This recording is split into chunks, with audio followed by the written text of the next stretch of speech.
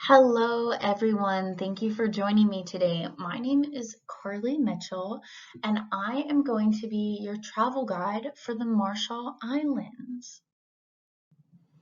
So, Marshall Islands, know before you go. The Marshall Islands are located in the North Pacific Ocean. The currency that they use is the United States dollar, which is great for us Americans, so we don't have to worry about any currency exchanges. Language, they do primarily speak Marshallese and English, so also another benefit if us Americans wanted to travel there. And then ethnic groups throughout the islands. The Marshallese consist of 95.6% of the population. Filipino is 1.1%, and then others is 3.3%. So people have traveled there and chose to stay, or they just wanted to move.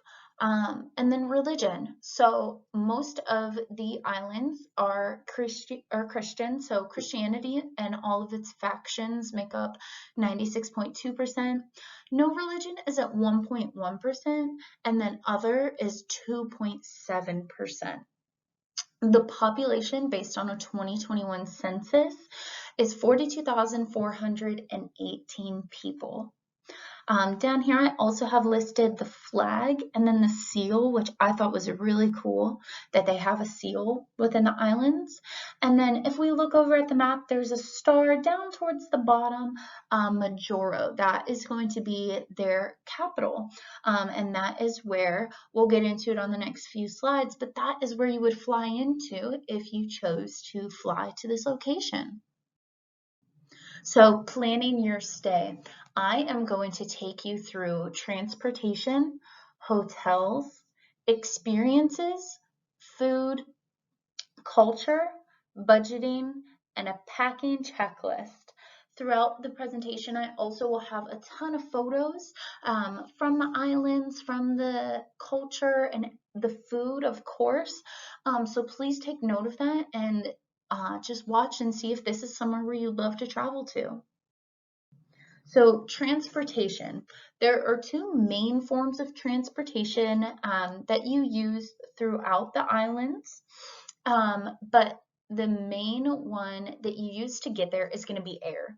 And then throughout the islands, there's going to be taxis, rentals, shuttle bus, and there's also an option to get there through boat, but that's not a most common practice used to get to the islands unless you live on a closer island or live within the area where you can travel by boat. For us Americans, the only way we're going to get there is through air. So here I'm going to take you to. So getting to the islands, there is actually only one airline from the United States to the Marshall Islands.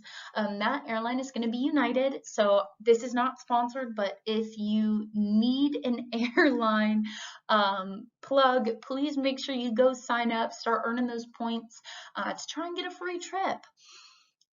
So when you travel United, you are going to fly from the Honolulu airport to the Marshall Islands International Airport, which is going to be in Majuro. That flight from Honolulu to Majuro is roughly 5 hours and 15 minutes. And then an average price for a one-way ticket is going to be $2,012. Down in the bottom right-hand corner, I have a budget tracker that you will see throughout this presentation to hopefully keep you on top of your budget and seeing if this is somewhere you want to go. So right here to the right, I just have a screen grab that I took from United's website with some dates listed. So from Honolulu round trip, May 15th through the 29th, round trip is going to be around $1,500. So that's not too bad, cheaper than the average price. And then if you're traveling from San Francisco to Chicago from May 8th to the 15th, both the same dates there, you're looking at a little bit higher. So around, so 2,539 from San Francisco and then 2,745 from Chicago. This is just to give you an idea, just price range. So on average, throughout the year it does fluctuate, but on average it is going to be around $4,000 to travel, sometimes a little bit less, so just make sure you plan for that. So getting around the islands, like I mentioned, we can get around the islands actually through air. So they have their own airline that is called Air Marshall Islands. And then average cost, it is going to vary due to availability. But then we also have a car and a shuttle bus. So shuttle bus is 250. Oh my gosh, I'd lose my mind. $2.50 USD each way. And then you can also buy or rent a car. There are a ton of other options. So there's also some bike rentals as well as scooter rentals. But just for the car rentals, I have some listed here with the contact information. If this is something that you'd love to travel, of somewhere you'd love to travel to, you can go ahead and reach out and get your booking going. And then again, average cost does unfortunately vary due to availability. But from what I pulled, on average for a 5-day trip is going to be anywhere from $300 to $400. I did plan a little extra just in case if you wanted to not rent a car, but then you decide to change your mind. I always think it's better to plan ahead and just prepare a little bit more, budget a little bit more rather than not. So hotels, there are 10 hotels that the islands have. So the Marshall Islands Resort, Private Island Boutique Resort, Hotel Robert Ramirez, Baran Island Resort, Hotel Ibai, Majuro Sea Breeze Suites, Arno Beachcomber Lodge, Lodgecar, Flame Tree Backpackers Hostel.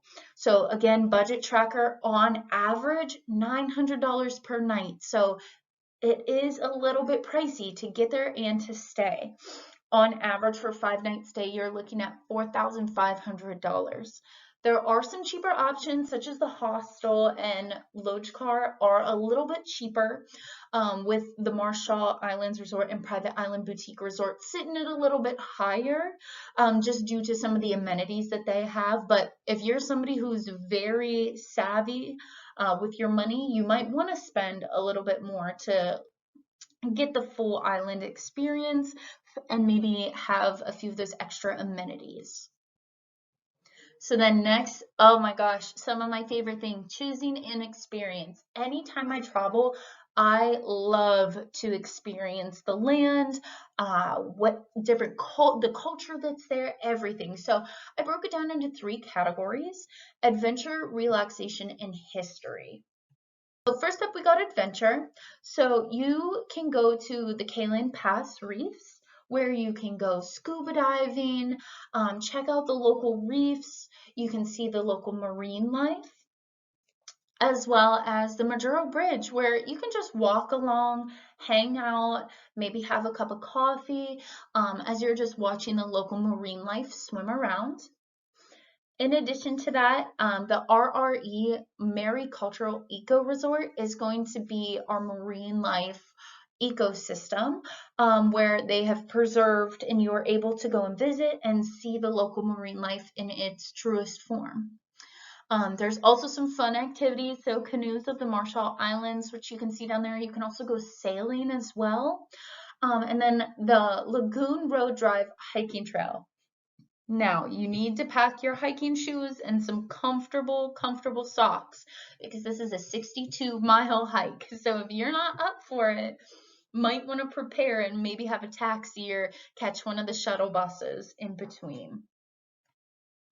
Next is relaxation. So I picked 4 of, in my opinion, some of the most beautiful spots to go.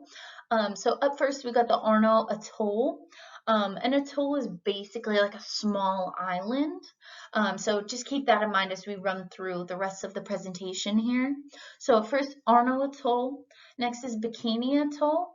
Then we got Ikino Island and Bokolap Island. The water, as you can see in these photos, clear, crystal clear. You can see all the way down, which I think is so magical. And you can also just see that marine life, just soak in the sun, the fresh air, and everything. And then following that is history. So this is a very history-rich set of islands.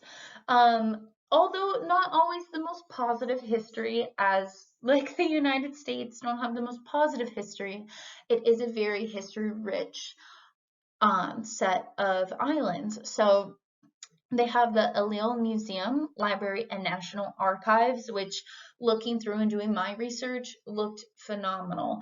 They had so much information. There was just such rich culture that I love to see and especially experience when I go and travel to locations. The Cathedral of Assumption, like I had mentioned previously, this is a majority Christian based island. So this is one of their larger churches that they have. And then Castle Bravo crater and Ivy Mike crater, they're actually very, very close in destination. They're right next to each other. So I do have those highlighted off to the side there. Definitely something interesting and to go see when you are traveling. Weather conditions, the most important one, right? We're traveling to the islands, so it's going to be tropical weather. This is going to be hot and humid with fluid winds, so you do get a little bit of a breeze, but just prepare for that. And then average temperatures of anywhere between 80 degrees Fahrenheit to 86, could go a little bit above, could go a little bit below, but just make sure that we prepare for those weather conditions. And the best time to visit is going to be early January to early April. This is the optimal time. Unfortunately, it just hit May for us, so we just missed that window, but no worries. There's still plenty of time to go and visit where it is still quite beautiful there. And then I would just also warn you, with tropical weather, there also comes tropical storms. So just make sure when you're booking, you're looking to make sure that you're not booking or attempting to book during a tropical storm, because you will get that cancellation notice, that cancellation email. So just watch out for that. Oh my gosh. Next thing, food. My favorite thing to talk about. So the Marshallese, excuse me, foods and cuisines. Marshallese cuisine comprises the fare, foods, beverages, and foodways of the Marshall Islands, including its food-related customs and traditions. So I added an average 5-day trip. You're gonna need anywhere between $150 to $200 if you're just eating an average local meal. Now, if you're looking for a more fine dining experience, you are going to have to prepare and budget a little bit more. But if you're just looking at that average meal, you're trying to eat with the locals, that 150 to 200 bucks should be fine for you. And just keep it in the back of your mind too, this is USD, so 150 to 200 USD. So popular dishes, fish and poultry are their main proteins for entrees that they have. So the barramundi cod is one of the most popular. This is a fish specialty that is considered one of the national dishes of the islands. A whole fresh barramundi cod is seasoned, then tightly wrapped within banana leaves and baked until thoroughly cooked, which it looks fantastic sitting there. I want to take a bite. If I could, I definitely would. And then next up is a breadfruit. Breadfruit can be served in a variety of ways, from milky salads to fried chips to eating it like just slices as is. They can even be preserved so that they can be eaten out of season. So very versatile foods. Definitely something to try when you're traveling there. Next up, sweet treats. If you know me, sweet treats are my thing. So, if you wouldn't have guessed, but roasted chestnuts. So roasted chestnuts are a favorite delicacy on the islands. You can easily find them sold in markets, and they make a great quick snack.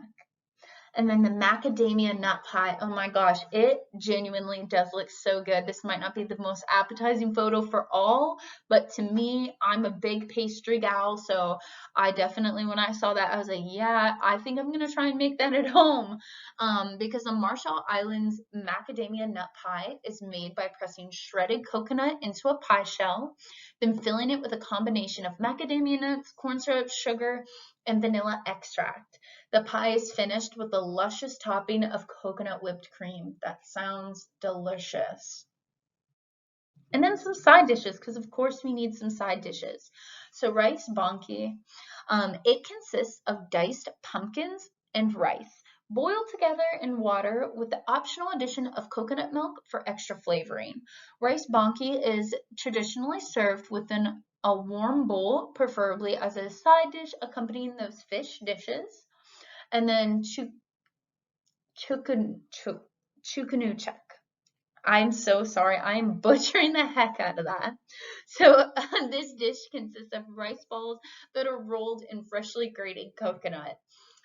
This is typically served as a side dish, accompanying various poultry and fish dishes. I promise I did Google Translate before and I tried to learn the pronunciation, but I butchered that. So I am so sorry to the Marshallese people. Which leads me to my next thing, so culture. Throughout this next part, I have a variety of photos, which you can see back here, that really just spoke to me. When I saw them, I said, yes, I have to grab those and put those in here because to me, culture is a very, very big thing. And I love when countries have such rich culture. This photo here is a teacher with a group of young schoolgirls, and she's teaching them. We see some numbers, a calendar, everything like that. So just really surrounding the youth. So the Marshallese social classes included distinct chiefs and commoners. This is a clan-based society. The Irjo Laplap held the most powerful and were considered almost sacred or godly. To show respect, others stooped and approached on their knees.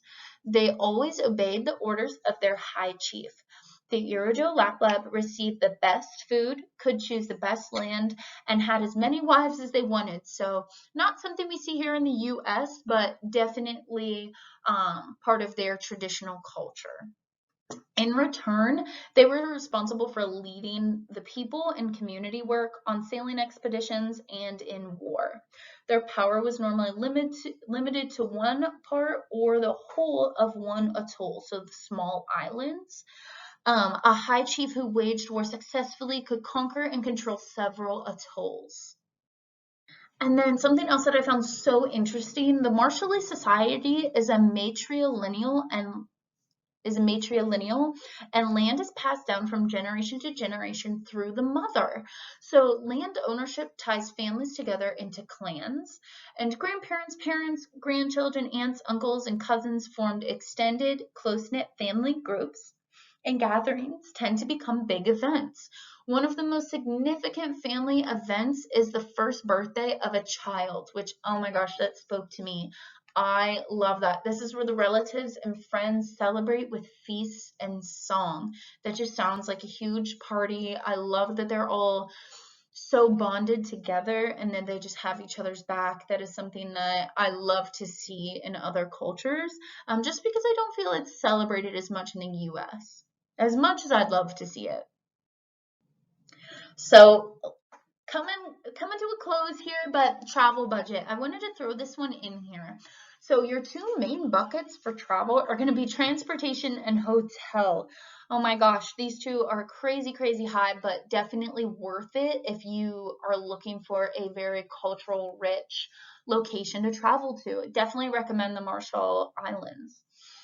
Next, we got experiences and food, which tend to even out around the same 200 bucks. Again, do with that what you will. These are just averages, so feel free to pull specifics and budget as much or as little as you want for your own trip.